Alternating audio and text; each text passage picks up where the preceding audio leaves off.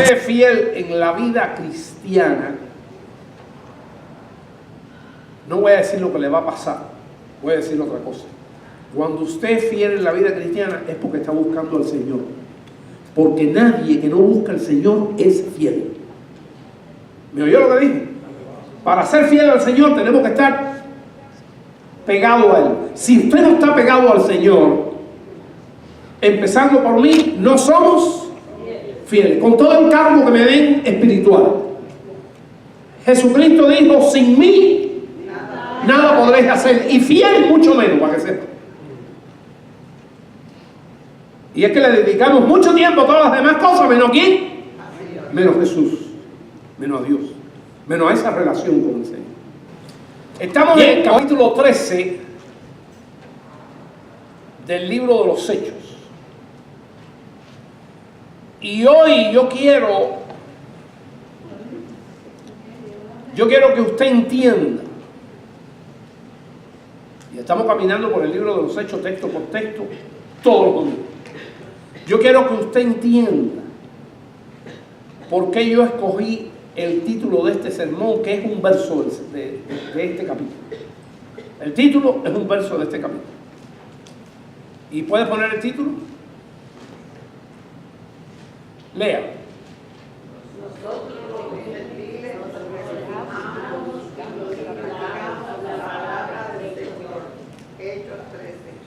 Eso lo escribió Lucas, inspirado en el Espíritu Santo, por el Espíritu Santo, siendo él gentil también.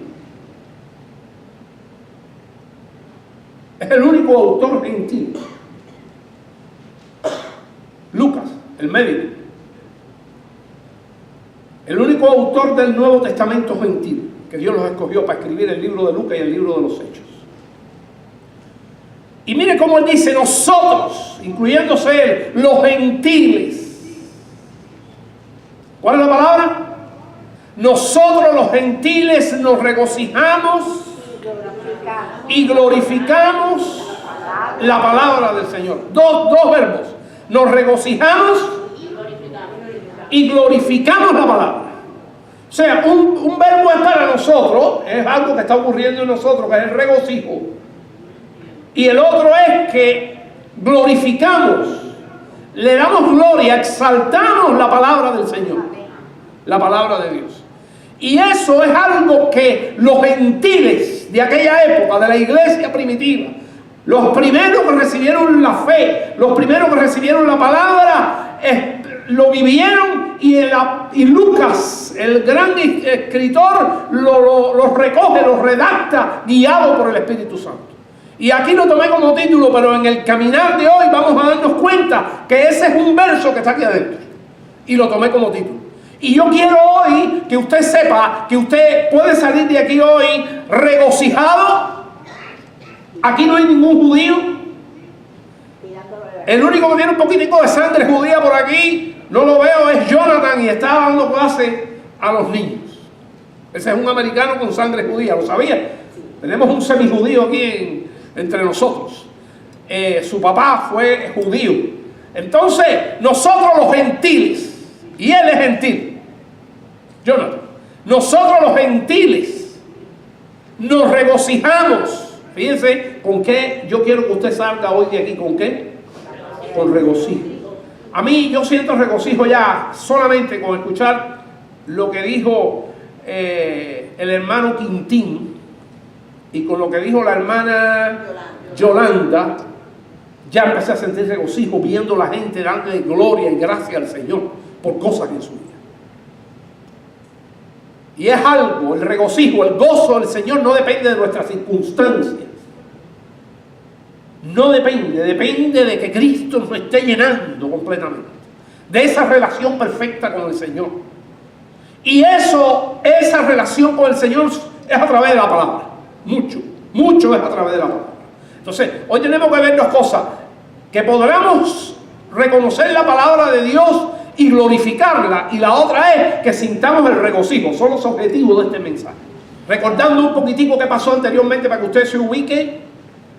En los estudios anteriores pegados a este, se abrió la iglesia en Antioquía. Se abrió la iglesia en Antioquía.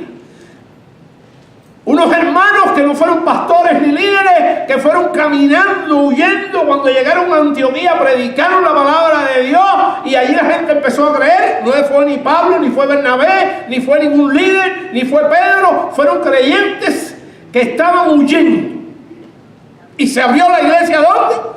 En Antioquía. Y cuando se enteraron de que la iglesia se abrió en Antioquía, los judíos se enteraron de eso, entonces mandaron a un inspector,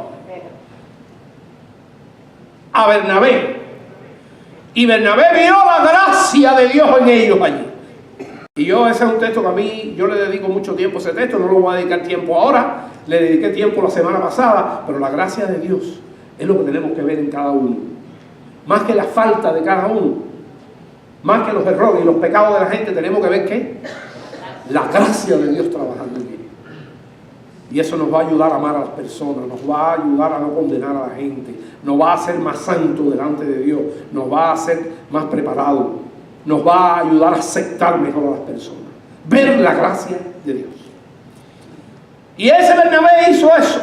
Y él estaba tan entusiasmado allí que creció más, Dios lo bendijo más. Y fue a buscar a quién, a Saulo, y lo trajo. Y aquello con Saulo y él allí fue una bomba. Y aquello creció y se hizo la iglesia más grande, que aún ayudó a Jerusalén. La gracia de Dios. Expliqué lo que era la gracia de Dios.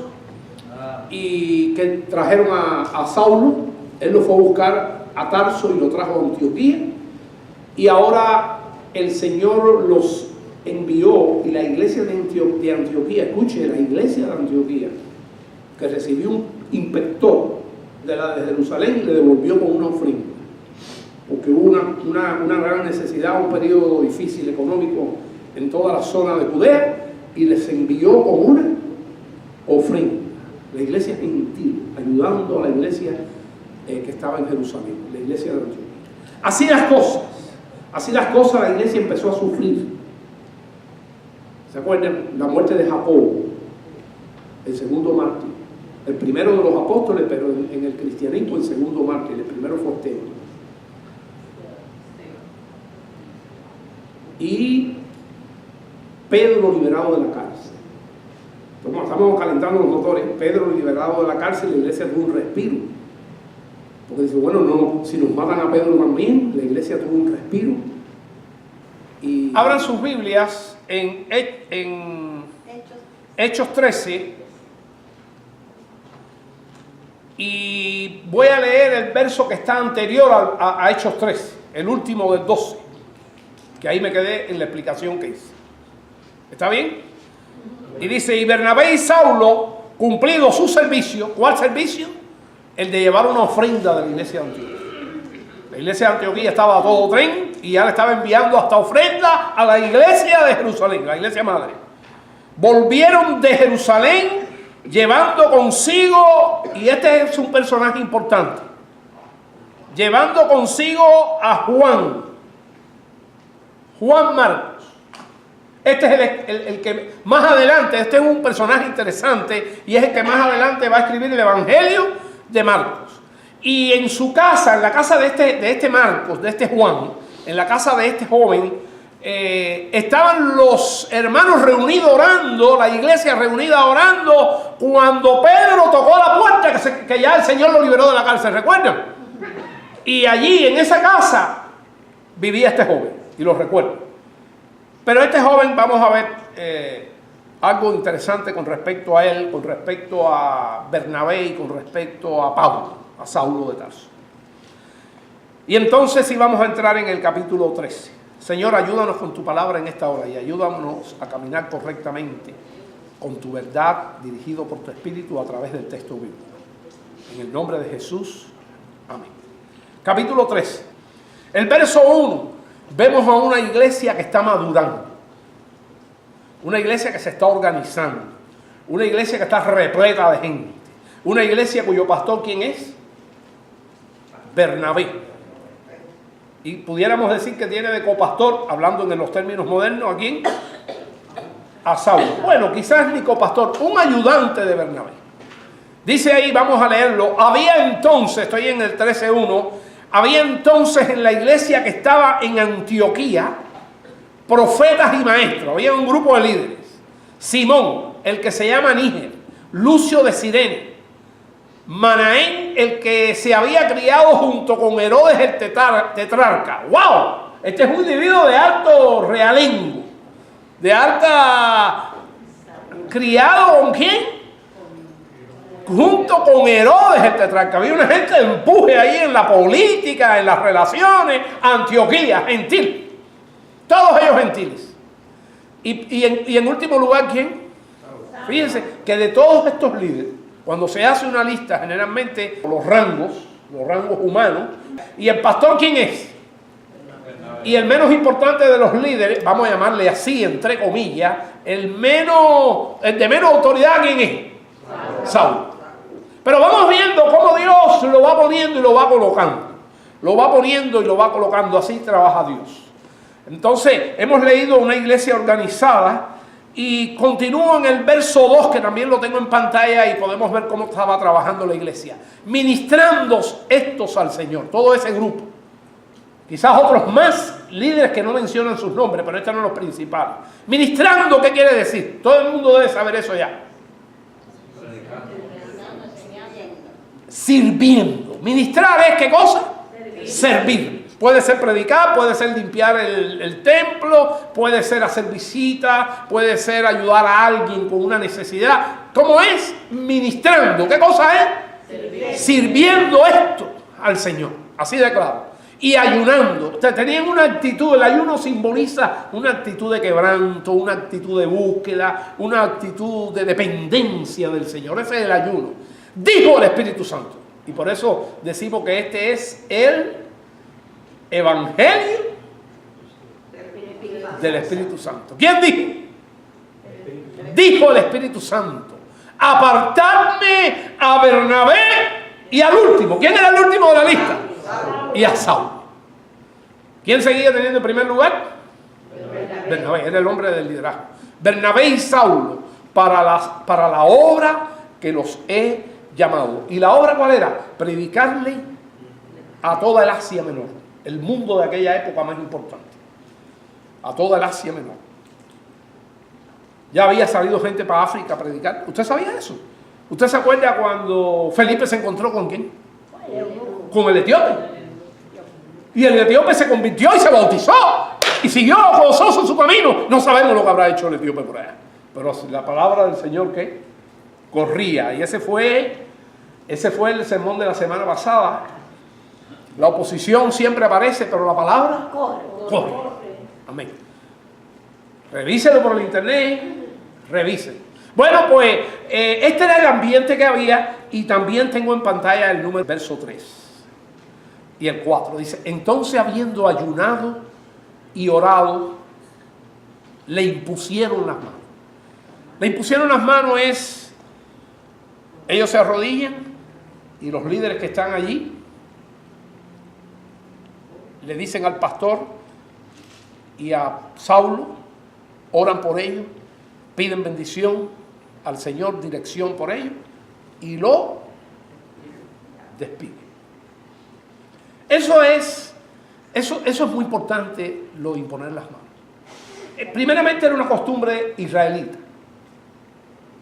En diferentes momentos los israelitas imponían las manos para cierto liderazgo, para ciertas actividades. Y la iglesia tenía una influencia judía muy fuerte. Pero hoy en día todavía se hace. Yo aprendí y lo practiqué. Bueno, aquí, para mi ministerio pastoral, varias veces los guerreros han impuesto las manos sobre mí. ¿Sí o no? 2, 3, yo no sé cuántas veces, no muchas, pero de vez en cuando yo pido que ellos, y 2 o 3 hermanos oran por mí. Eso es. Y también ellos salían en un viaje misionero y cuando le estaban imponiendo las manos, escucha bien, eso significaba que no estaban saliendo por su cuenta propia, sino que tenían el apoyo de su iglesia, de la congregación. Y allí le ponían las manos en mutuo acuerdo. Aquella gente iba con con todo organizado, con todo correcto, con toda la disposición de la iglesia, y lo iban a apoyar y lo iban a seguir. Y eso significa imponer las manos. Donde Dios le va a capacitar, donde están pidiendo para Dios gracia, donde están pidiendo para Dios, de parte de Dios para ellos valor, le impusieron las manos. Y dice el 4 otra vez: en ellos entonces, enviados por el Espíritu Santo, descendieron a Seleucia, y de allí navegaron a Chipre. ¿A dónde descendieron? A Seleucia. Y de allí navegaron a Chipre. Todas las Biblias tienen mapas atrás, y todas tienen los viajes misioneros del apóstol Pablo. ¿Sabe eso? Entonces usted va a buscar Seleucia cuando llegue a su casa. Me va a escuchar a mí otra vez en internet. Va a buscar Seleucia. Y de Seleucia, ¿a dónde viajaron? A Chipre. Pero Chipre ya es una isla que está ya en el mar Mediterráneo. Que ya está en el mar Mediterráneo. Para que usted le dé rienda suelta a su imaginación. Mire, Chipre tiene el tamaño aproximado a Puerto Rico. Allí, las cosas que van a ocurrir ahora, ¿dónde van a ocurrir? En Chipre. Y viajaron a Chipre, y estoy en el verso 4, eso, ahí terminamos. Allí en Chipre hay un lugar que se llama, dice, y llegados, yo no lo oí, yo quiero que ustedes me lo digan, y llegados a Salamina. Ahí empieza la cosa. Y habiendo atravesado toda la isla, se lo pueden imaginar, llegaron con el barco, el equipo misionero que llevaba a Bernabé, que llevaba a Saulo, a Pablo. Y habiendo atravesado, verso 5 estoy, y llegado a Salamina, anunciaban la palabra de Dios en la sinagoga de los judíos. A eso fueron, ¿verdad? Y no se dejen engañar con la gente que le digan, no, parte del sábado. No, es que los judíos, ellos estaban predicando a judíos. Los judíos, ¿qué día se reunían? El sábado. El sábado. Entonces iban a la sinagoga, que era donde había una reunión. Pero ellos estaban predicando por todas partes, pero donde más gente había era en la sinagoga, y anunciaban la palabra de Dios en varias sinagogas de los judíos. Y tenían también a Juan de ayudante. Y habiendo atravesado toda la isla, ahí de punta a punta, atravesaron a Chipre de punta a punta, predicando la palabra de Dios. Y dice el verso 6, ¿están conmigo? Y atravesando toda la isla hasta Pafos, aparece otra ciudad allí en Chipre. ¿Cómo se llama? Pafos. También está en el mapa. Hallaron a cierto mago falso profeta. Ahí empieza la oposición. ¿Se acuerdan el mensaje de la semana pasada? La oposición siempre aparece, pero la palabra corre. Ese fue el mensaje de la semana pasada. Cierto mago falso profeta judío llamado Jesús, que estaba con el precónsul Sergio Paulo. Este es un tipo de, otro de alta clase. Con el precónsul Sergio Paulo, varón prudente, el precónsul, llamando a Bernabé y a Saulo. Fíjense cómo Dios llama en el corazón. Hizo lo mismo que quién. A ver si me lo recuerdan. Que llamó a alguien para que le predicara, que era centurión, Cornelio. A ver, llamando, no es Cornelio, no es confundirse, estoy diciendo que esto lo hizo otra gente que llamó a Pedro, ¿se acuerdan? Ahora este precónsul está llamando a los líderes para que le prediquen, porque parece que había escuchado. Dice la palabra aquí en el verso final del verso 7, deseaba oír la palabra de Dios. Lo leo completo. Verso 7, que estaba con el precónsul Sergio Paulo, varón prudente, llamando a Bernabé y a Saulo, deseaba oír la palabra de Dios. Pero les resistía Elimas, que era el nombre traducido del mago de Bersebús. Pero les resistía Elimas, ahí está la oposición, el mago, pues así se traduce su nombre, procurando apartar de la fe al precónsul. Hermano, hemos hablado aquí montones de veces. ¿El espíritu de qué?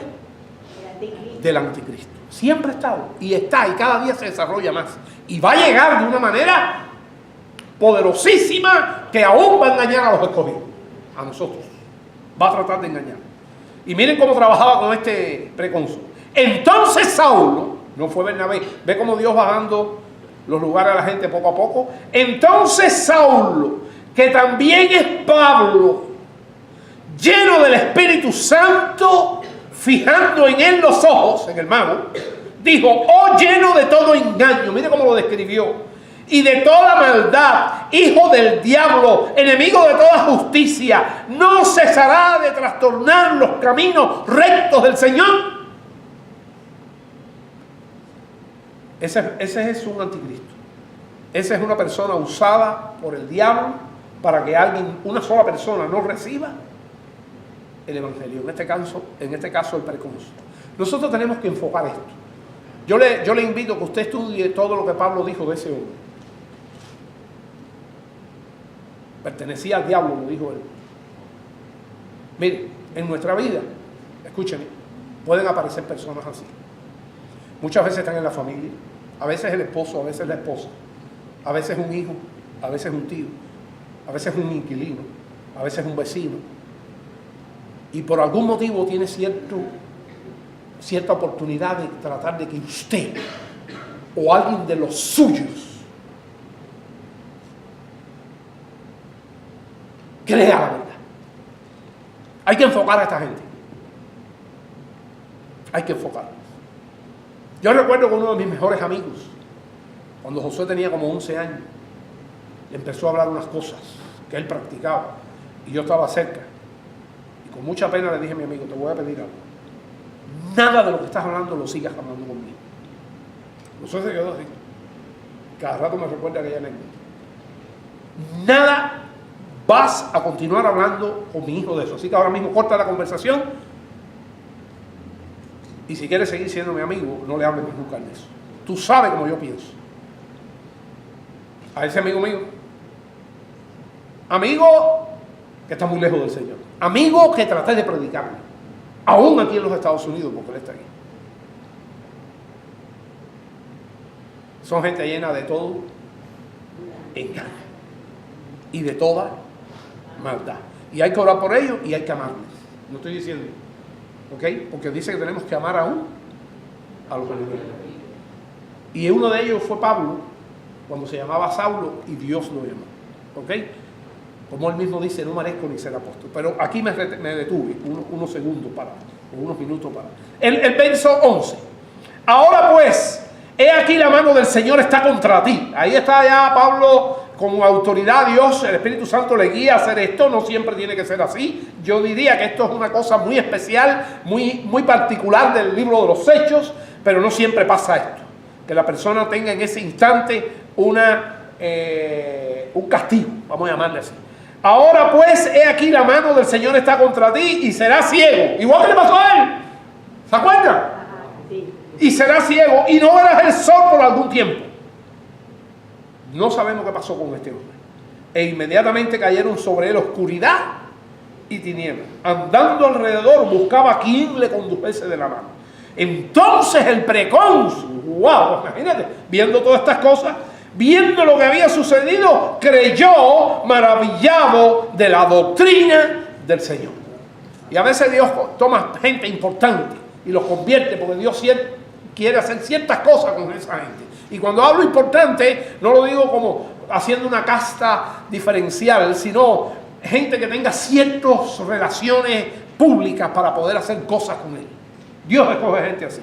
Dios lo mismo escoge un pobre que escoge un rico, que coge un zapatero, que coge un precónsul. Dios sabe cómo coge su gente. Verso 13. Habiendo zarpado de Pafos. Zarpado quiere decir que cogieron otro. Vale. Y habiendo zarpado de Pafos, Pablo y sus compañeros arribaron a Perge de Panfilia. Esa es otra ciudad que aparece cerca del mar allí, ya en el Asia Menor. Ya el Asia Menor es una zona al norte, lo van a ver en el mapa.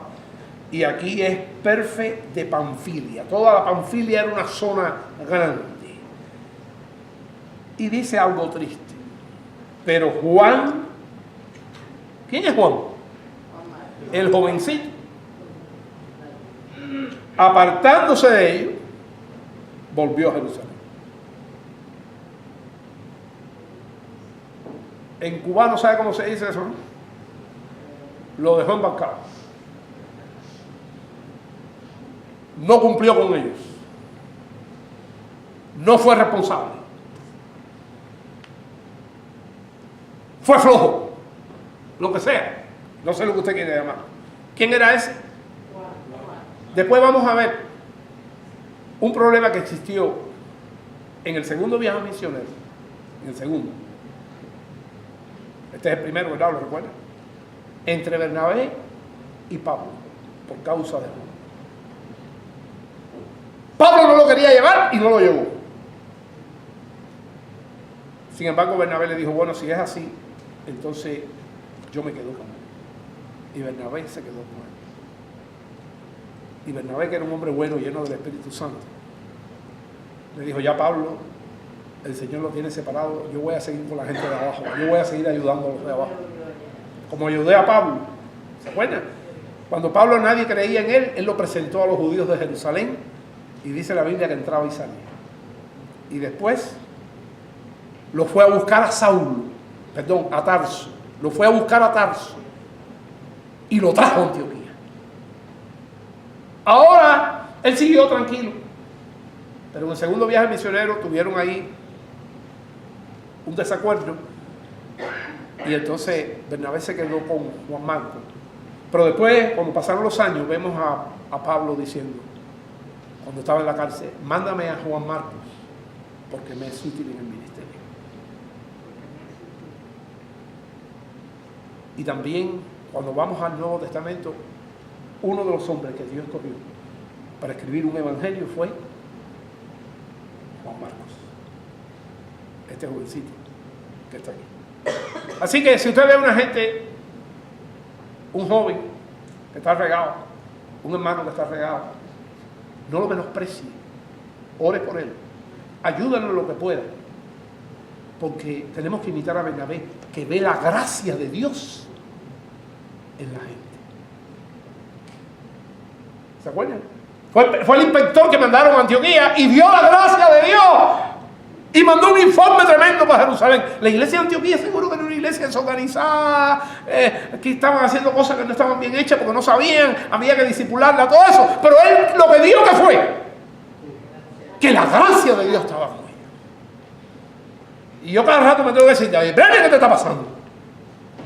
Nosotros tenemos que ser como Bernabé. Y tenemos que aprender a ver la gracia de Dios en las personas. Seguimos. 14. Ellos, pasando de Perge, llegaron a Antioquía. No la Antioquía que dejaron atrás. Esta se llama Antioquía de Pisidia. Así que no es la otra, es solita. Antioquía, y esta Antioquía de Pisidia para diferenciarla de la otra. La otra es Antioquía de Siria.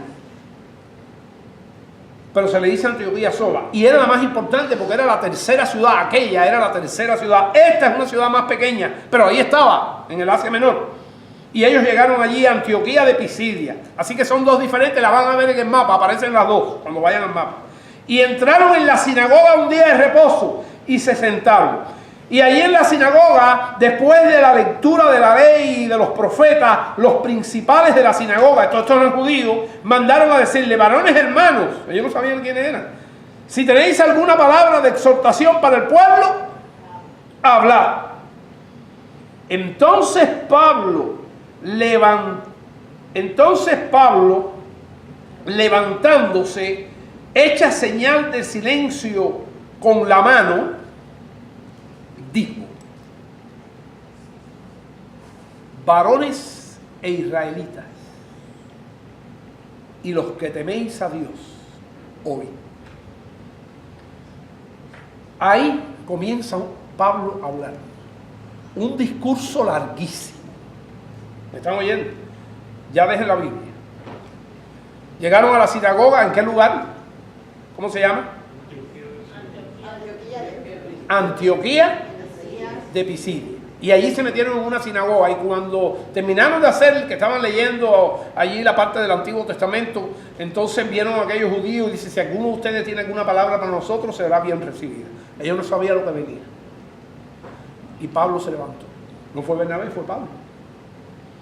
Y dijo: varones israelitas, a los que teméis a Dios, oíd. Los que teméis a Dios, que oigan a Dios ahora.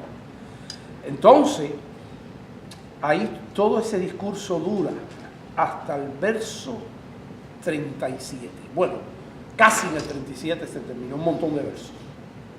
Yo no voy a tocar ninguno. Le voy a decir en breves palabras lo que dice aquí. Pero les recuerdo que este primer discurso de Pablo, fuera de Antioquía,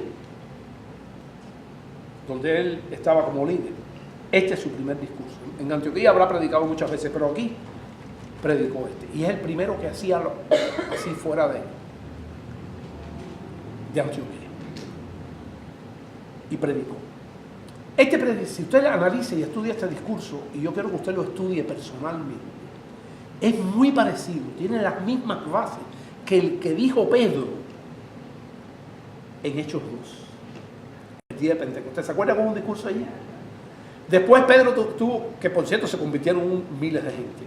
Después Pedro hizo un segundo discurso cerquita de aquel, cuando cura al cojo en la puerta del templo, en el pórtico de Salomón, y allí la gente le preguntó y le dijo cosas y qué sé yo, y él tuvo que echar otro discurso, porque la gente cuando vio aquello, y era el segundo discurso muy parecido a este, porque es que el mensaje de evangelismo, corto o largo, tiene que ser el mismo.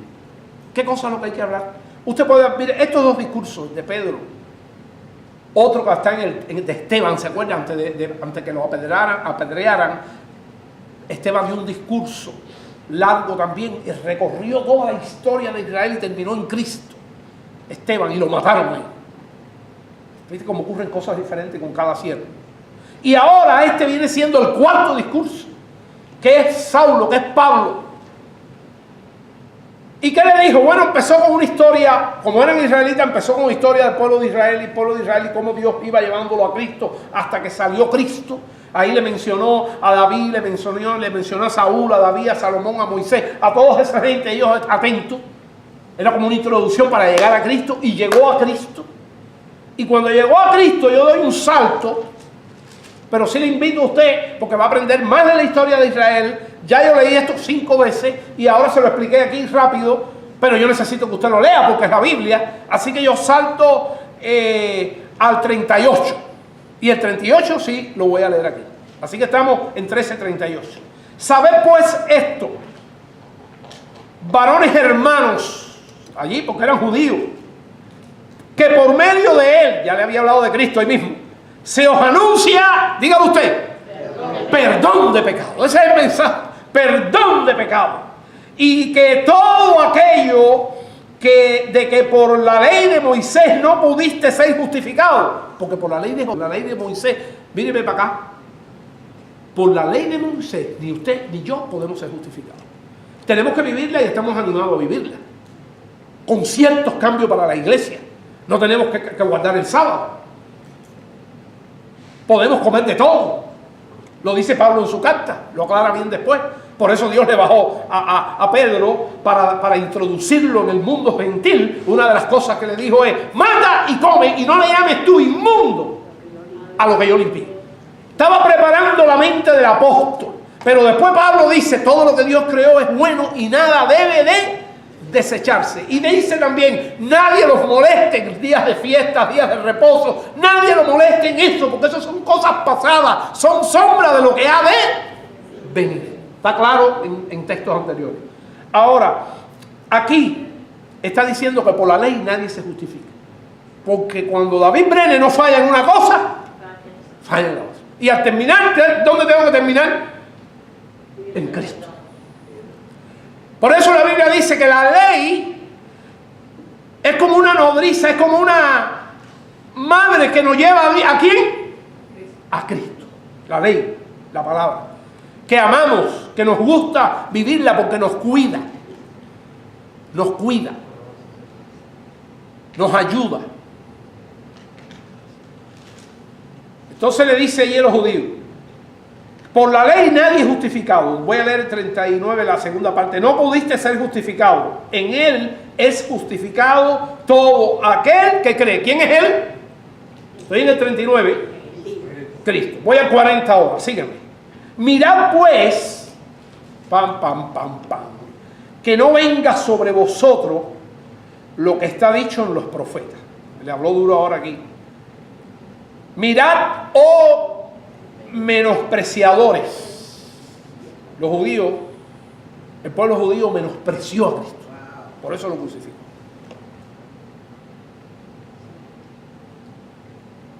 Y aquí hay gente que viene y menosprecia a Cristo. Venir a la iglesia no salva.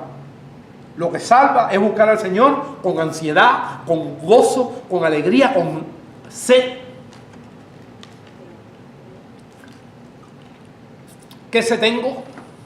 Con sed de Él, sed de Dios, sed de Jesús, para que nos ayude a tener una relación perfecta con el Padre, con el Hijo a través del Espíritu.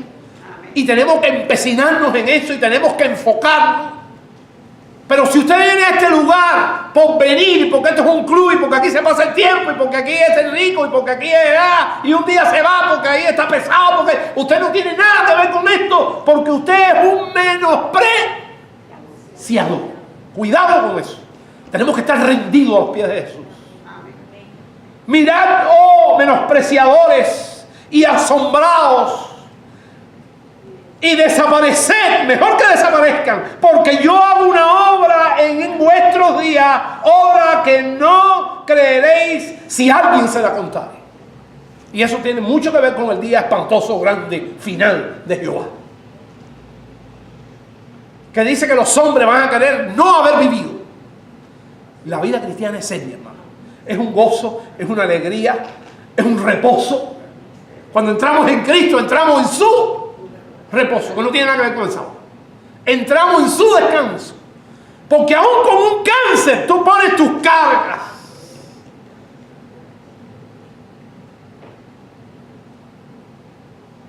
Con todo lo que pueda pasar.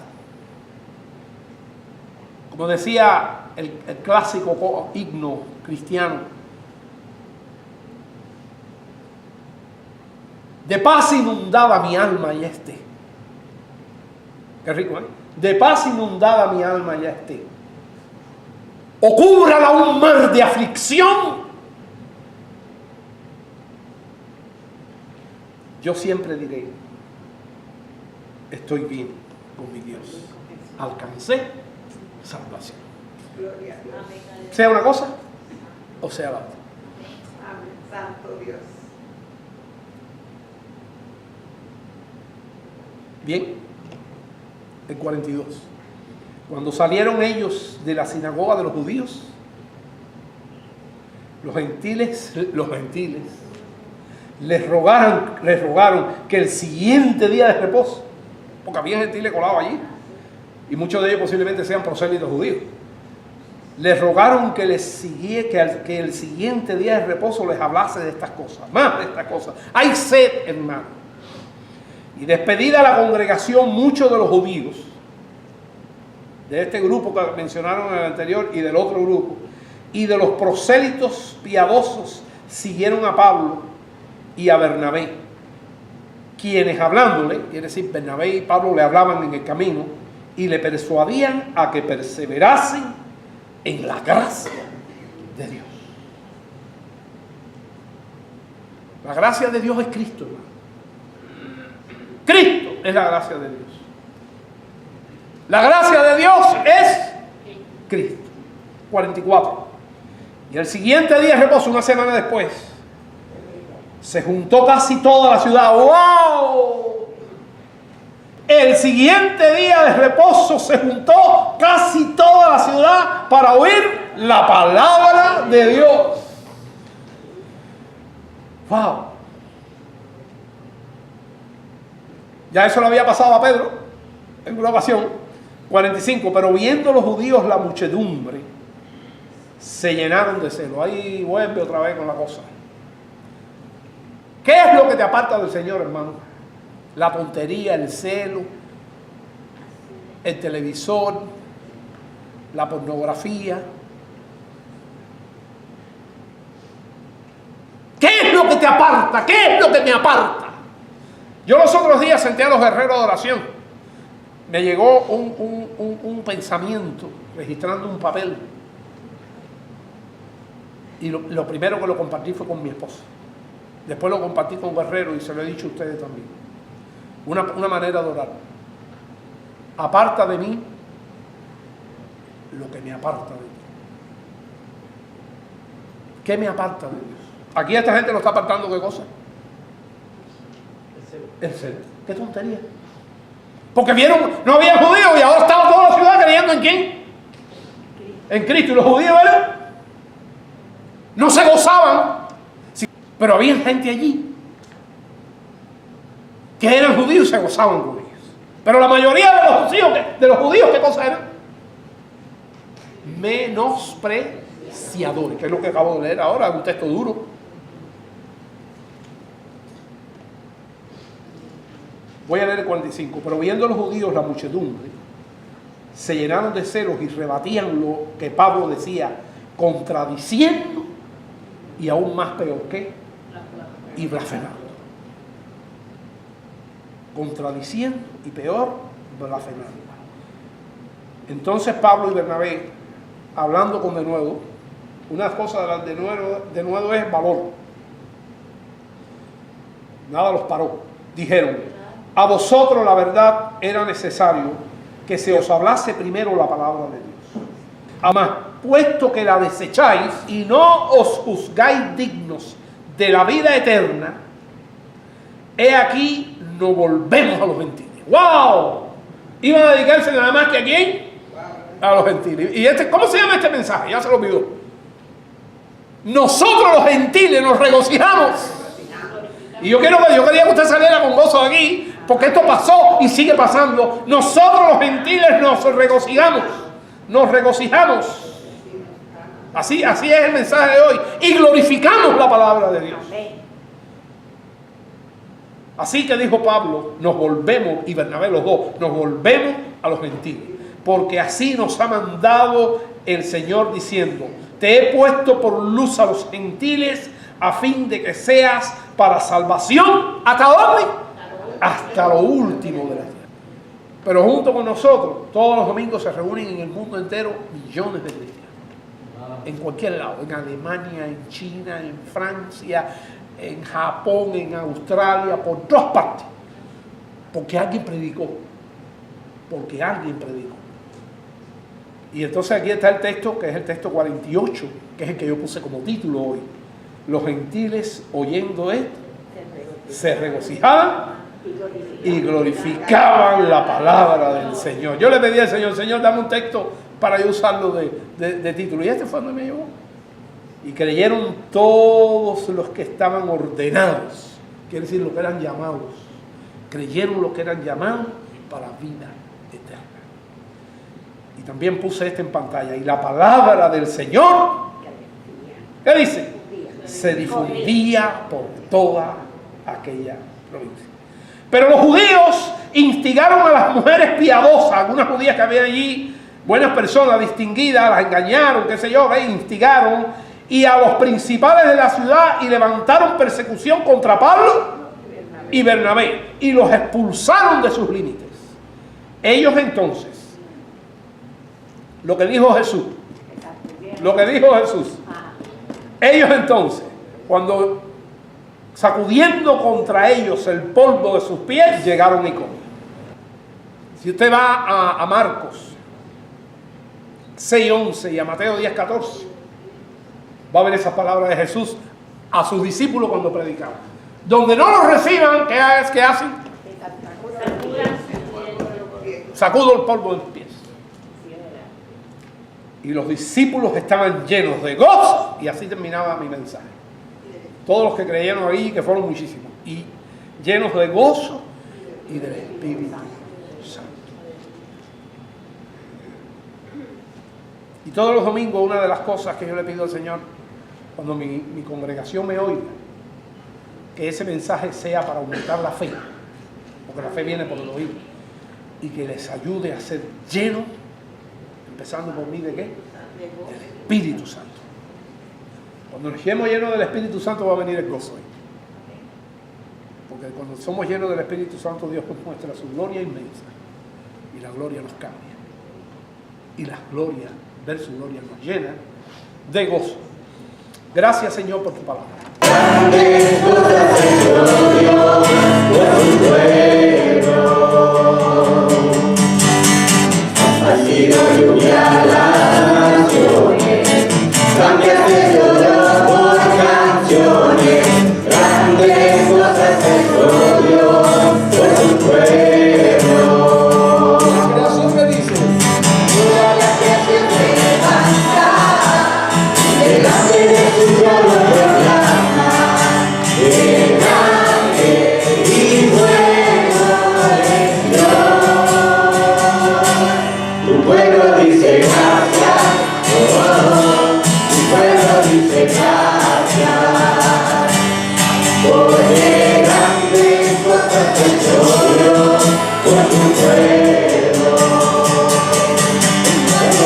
Gracias, oh.